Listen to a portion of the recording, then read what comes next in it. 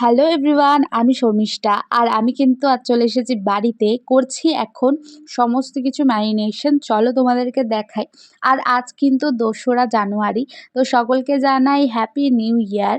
তো তোমরা কারা যারা আমার মতনই ২০২৫-এ অনেক কিছু করবে বলে ভেবেছিলে, আল্টিমেটলি সব কিছুই ২০২৬-এ আবার ছুঁড়ে মেরেছো যে এবার করব, এবার করব।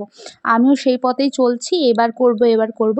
কিন্তু কতটা করতে পারবো জানি না, কিন্তু করার চেষ্টা করব।